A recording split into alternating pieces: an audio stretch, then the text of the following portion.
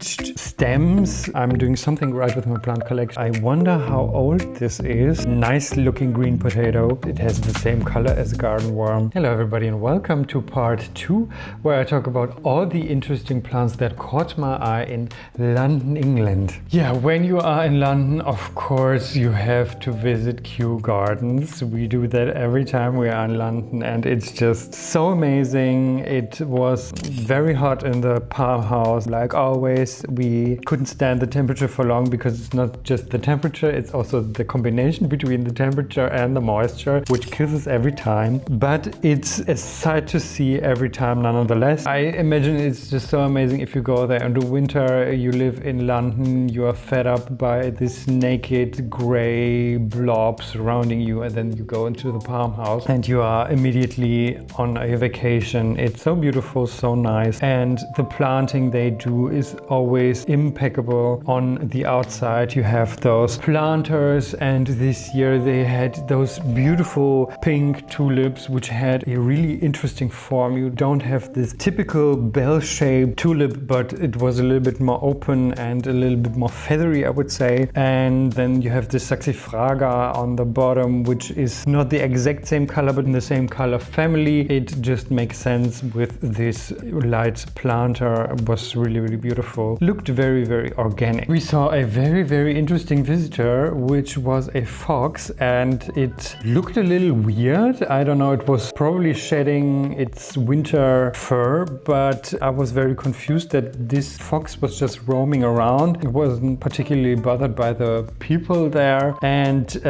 yeah, I just wanted to keep my distance because this was a little weird to me. This year visiting Kew Gardens, I was very interested to see the succulents they are growing because I'm very much into succulents right now. And some interesting succulents I found were, for example, Delosperma crassum, which just checks all the boxes for me. It looks weird, it looks old, it has those small little leaves which are succulent, then pink flowers. It just looks amazing. It's probably very suitable for a bonsai. It looks basically like a typical mesemp, just a little bit more messy and withered, but yeah, it looks very beautiful. Then what I thought was really beautiful was Crassula brevifolia, and this was just a specimen plant. It was already really old. You have those old, I would say already bleached stems which have this light gray coloration to them. Then you have those very small Crassula typical leaves with very sharp leaf margins in a red coloration, and then this was already done flowering, but then you have also flowers on top, which is incredible to me.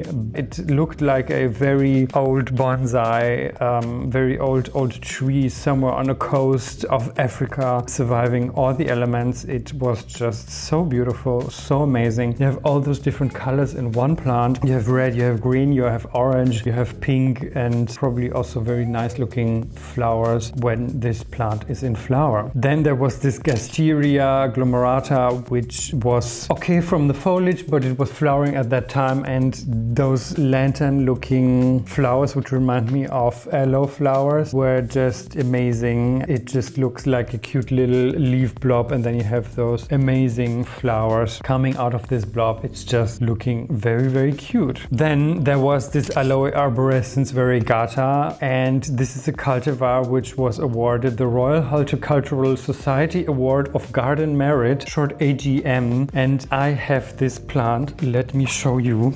So this is it. This is Aloe arborescens, the variegated form. I have this since the beginning of the year, and so far it is growing not immensely fast, but I would say, yeah, okay, it is staying outside to get the maximum amount of light, and that's probably why it is so variegated. And I saw pictures where the plants were probably drought stressed or heat stressed. This is also very heat stressed because it was very hot the last days and also last week. pinks, but I don't see any red coloration. So yeah, if this plant gets really stressed, maybe also with some cold temperatures at night, it gets those really pink stripes, also very leaning into red and orange. And I thought this was just a color spectacle, but I don't know exactly what really caused this color in those pictures. So I'm really trying to pamper this plant first and then do some experiments to really bring out those bright colors. I can also see some pups at the bottom, so I will hopefully be able to do those experiments. I can see some hints of this coloration on the older leaves. Maybe it has also something to do with the age, but yeah,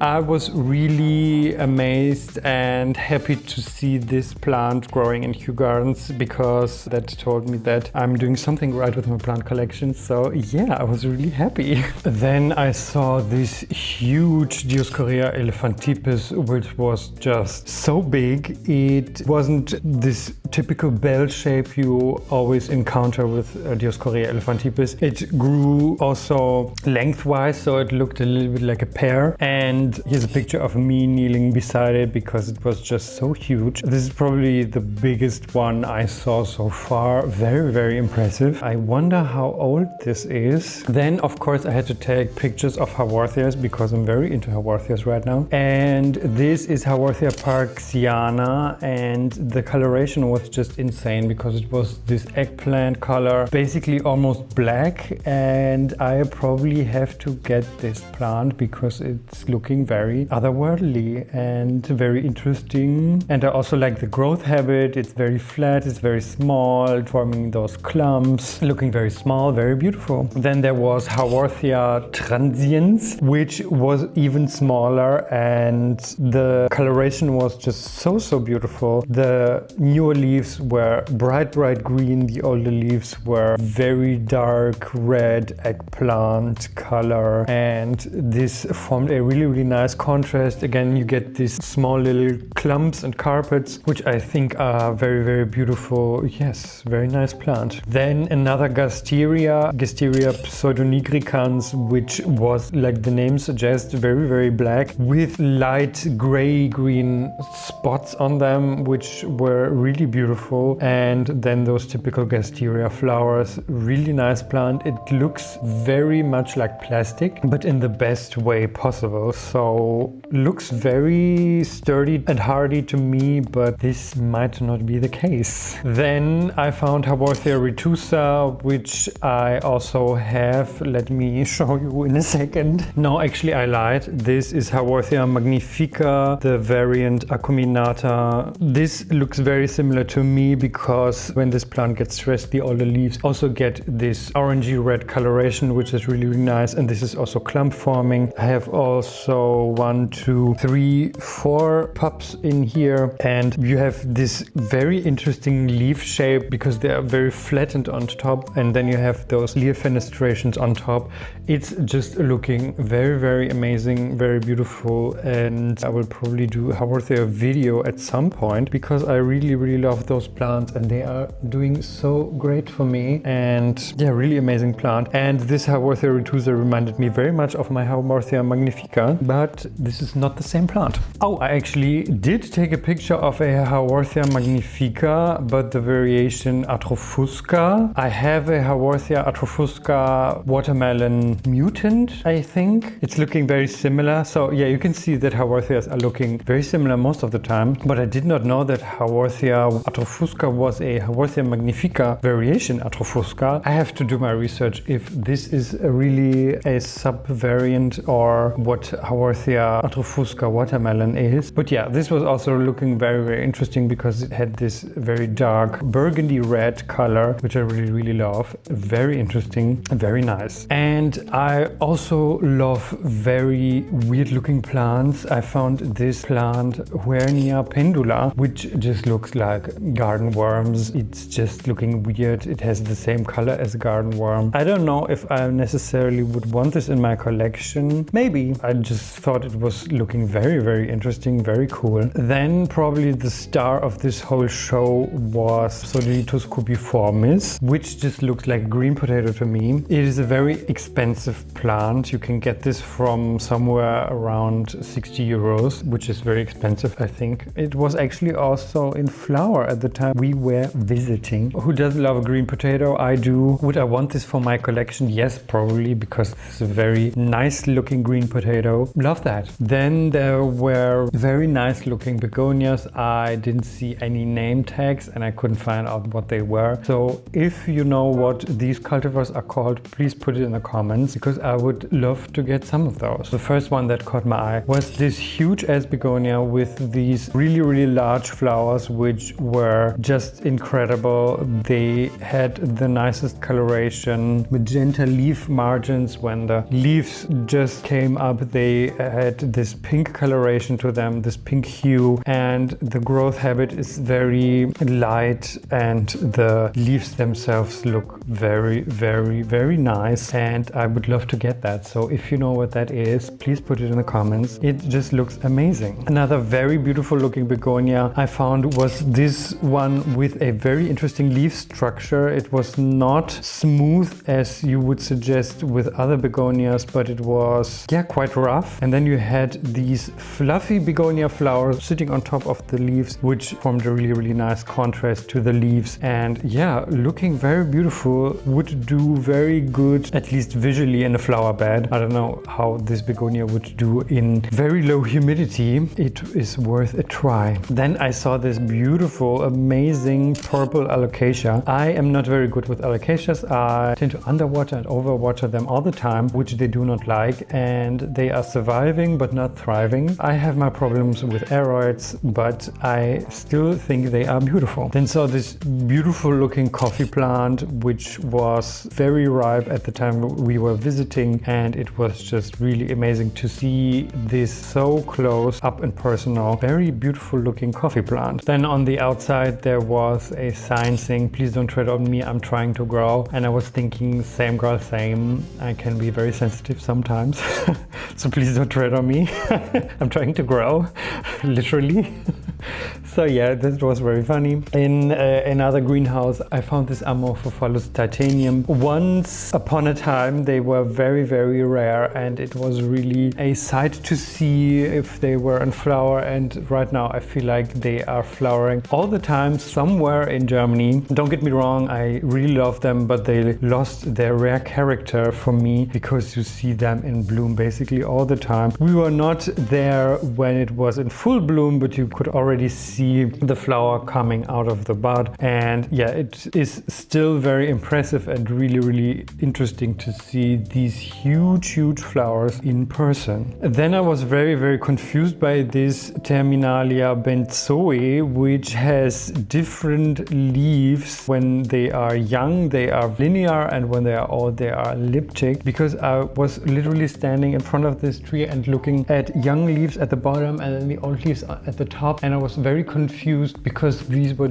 two different plants to me, but they were belonging to the same plant, and I find those plants very interesting. I know that some plants do this, but I never saw plants doing this in this extreme way, which was really surprising for me. Then the fern house was of course a delight, because I love ferns, I love the structure, I love the color, I love everything about them, but they are very difficult to keep alive because they do not like to dry out, but they are still very beautiful to me. Every time I would visit Kew Gardens, I see this plant and I don't know what it is. If you do, please write it in the comments, because I'm very curious to know what this is. This is maybe Costus phylocephalus. Why do I think this is so interesting? First of all, because of the color. You have this white base of the flower, and then it ombres into this very bright pink. But what I think is really interesting is when the flowers get wet, they get almost translucent, which is really interesting to me. This flower was probably also a little bit older, contributing to this translucency. But yeah, I think they are so beautiful. They look like they are made of very thin plastic wrap in the best way possible, looking very almost fake to me, but very beautiful. Then I made friends with a huge ass blobfish. I'm calling it a blobfish, it's not a blobfish. I made friends with a very huge fish. It was very beautiful, very majestic. fantastic. Then I saw this Gentiana species. Gentianas are so beautiful. They have the most intense blue coloration you almost never find anywhere else in any other flower. It's just looking so beautiful. Then I was very struck by this double Aubrietia. Usually we only have the simple flowered version here. I never saw a double flowered version, and the coloration was also a little bit leaning more into violet, but seeing them side to side was also really interesting. They did a really great job putting them side by side because this is just looking amazing. I'm very curious to know if the flowers of this double variety also last longer than the simple variety. It is often the case with double flowers because it takes some time for the flowers to open, and then they also last a little bit longer than the simple flowers. Would be really interesting to know. Then I was stopped by this Gesneriad, which is Habellea rhodopensis, and this genus belongs to a predominantly tropical family, and this is actually a relic from the tertiary period when Europe had a tropical climate. It is the last European member of its tropical family and is now native to the Balkans. It looks like those typical Gesneriads you can buy for your home as houseplants, and I was just struck seeing it growing outside, which was really interesting to me. Nice plant which you can use in milder climates, in flower beds, in stone gardens, in succulent gardens, but I cannot do this here, unfortunately. Then I saw this light blue, light purple, lavender colored Tropioelum astropurpureum, and then I had to research some other Tropioelums, and there's even a bluer one called Tropioelum azureum, and they all produce bulbs, and I feel like they have a lot of potential for lovers of caduciform plants because look at the leaves, they are amazing. They look so beautiful, like a child drawing a leaf. It's just looking so cute, so unreal. And then you have those lavender looking flowers. It's just beautiful. This Scilla peruviana was looking amazing. They had some of them. I really like that the flower stalk is really short, and you get this huge flower ball consisting of these light blue, a little bit violet colored flowers, and you have a lot of flower stalks per one plant, which is really beautiful, really interesting, but probably also not frost hardy. In this alpine garden they had this Cyclamen persicum, which is flowering in spring. You have different types of Cyclamen. Some are flowering in the spring like Cyclamen coum and Cyclamen persicum. Then you have fall flowering Cyclamens like Hederapholium, and then free flowering hybrids you can get at flower shops in garden centers. Then they had these beautiful stone troughs all over the place. They use this inorganic substrate, and then they put larger stones in the substrate and used the cracks to plant some succulents in there, and they were growing there for some time. This looks very organic, like a piece of a mountain range somewhere, and they looked really beautiful. They were very inspiring for me. I will definitely try to recreate something like this because they were really nice. Then I found this variegated Aubrietia, and I don't know if this is a mutant or it was variegated at some point completely, because when you have variegated plants they try to revert back most of the time, and then of course the green parts will take over because they are more vigorous. But this looks to me like it is a mutation that was there by chance, and that this was not a variegated plant to begin with, because you have two different variegations, one completely white. These parts will probably die off at some point, and then you have this variegation with the white leaf margins, which are popping up at some point in this plant. Then of course very beautiful are these Japanese maples. They use all over the place, perfect for taking a break and catching some shade and taking some pictures. They are looking so beautiful with the different colorations, very nice. Then they had this really nice looking flower bed adjacent to a brick wall, which is a really nice feature to have, because then you have already the structure provided by this brick wall, and you can use the color in your flower bed, which they did really nicely with some pops of red, and it just looked very nice. And you can also use a brick wall to your advantage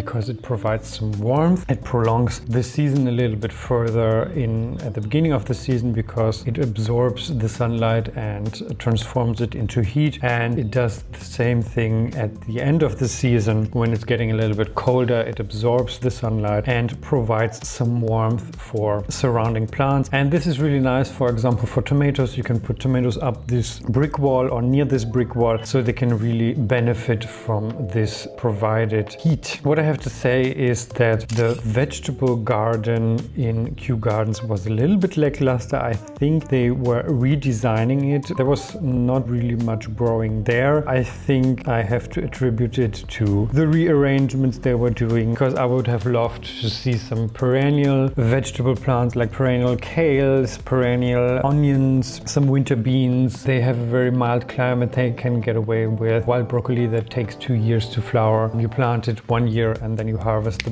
broccoli heads in the second year, which is really difficult to do here, but in London it's not a big issue. So yeah, it was a little bit missing some vegetables, but probably in the next years this will look a lot different. Then there was this huge eucalyptus tree, which is also very interesting to see because here they are not growing as often, but in London you see them a lot of times, and yeah, they smell really nice, really fresh. And then you have this light bark which peels off, then the leaves which are dancing in the wind. It's just a very beautiful tree to have, and I can imagine that this is very good against mosquitoes. So yeah, really loving eucalyptus. Then there was Viburnum carcephalum, which is smelling like white lilies. I really love this snowball. It's just so fragrant. It's just amazing. And this was a huge shrub which I've never seen before and was very fragrant. Then in one of the greenhouses I found Grevillea excelsior, which is hardy to -8 degrees Celsius, which is on the edge of what I can do here in the north of Germany. It is very drought tolerant and it has a very interesting foliage. It has those very thin leaves, almost looking like pine needles, and then you have those punchy green, yellow, orangey flowers. And the buds are very green, and then the flowers, when they start to open, they're also green, and then they get very intense yellow colored, and then they fade into orange, which is a really nice color spectacle. So this plant is overall very interesting. I have to research it. There was another Grevillea uncifolia maybe, which had a little bit broader leaves, but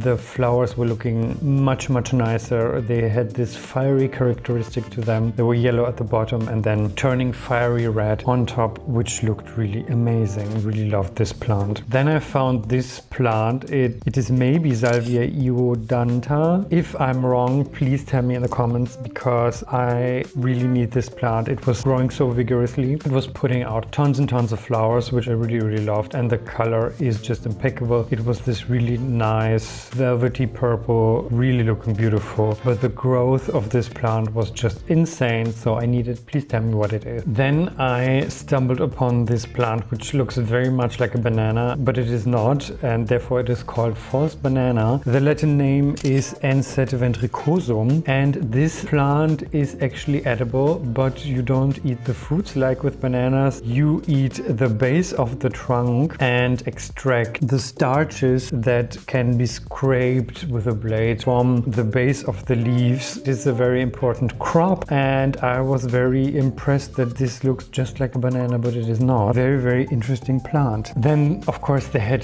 beautiful looking tree aloes. One was very slender, had also slender leaves. The other one had a little bit bigger leaves and was thicker overall. They were just looking so beautiful, and there's something about tree aloes that is just so chic. Imagine putting this somewhere in your living room and you have just this slender chic looking aloe tree, and then maybe a sofa somewhere near, and it's just looking so cool. I need that in my life. Then there was this beautiful sakura alley with so many different cherry blossoms. I never saw so many different cherry blossoms at once. You had so many cool varieties. A lot of them were double flowered. Some were just simple flowers, but with interesting coloration. The colors differed when they just opened, then they faded into white, for example. And yeah, so many different colors, so many different shapes, so many different textures. It was just so much. It was almost too much sakura. It was so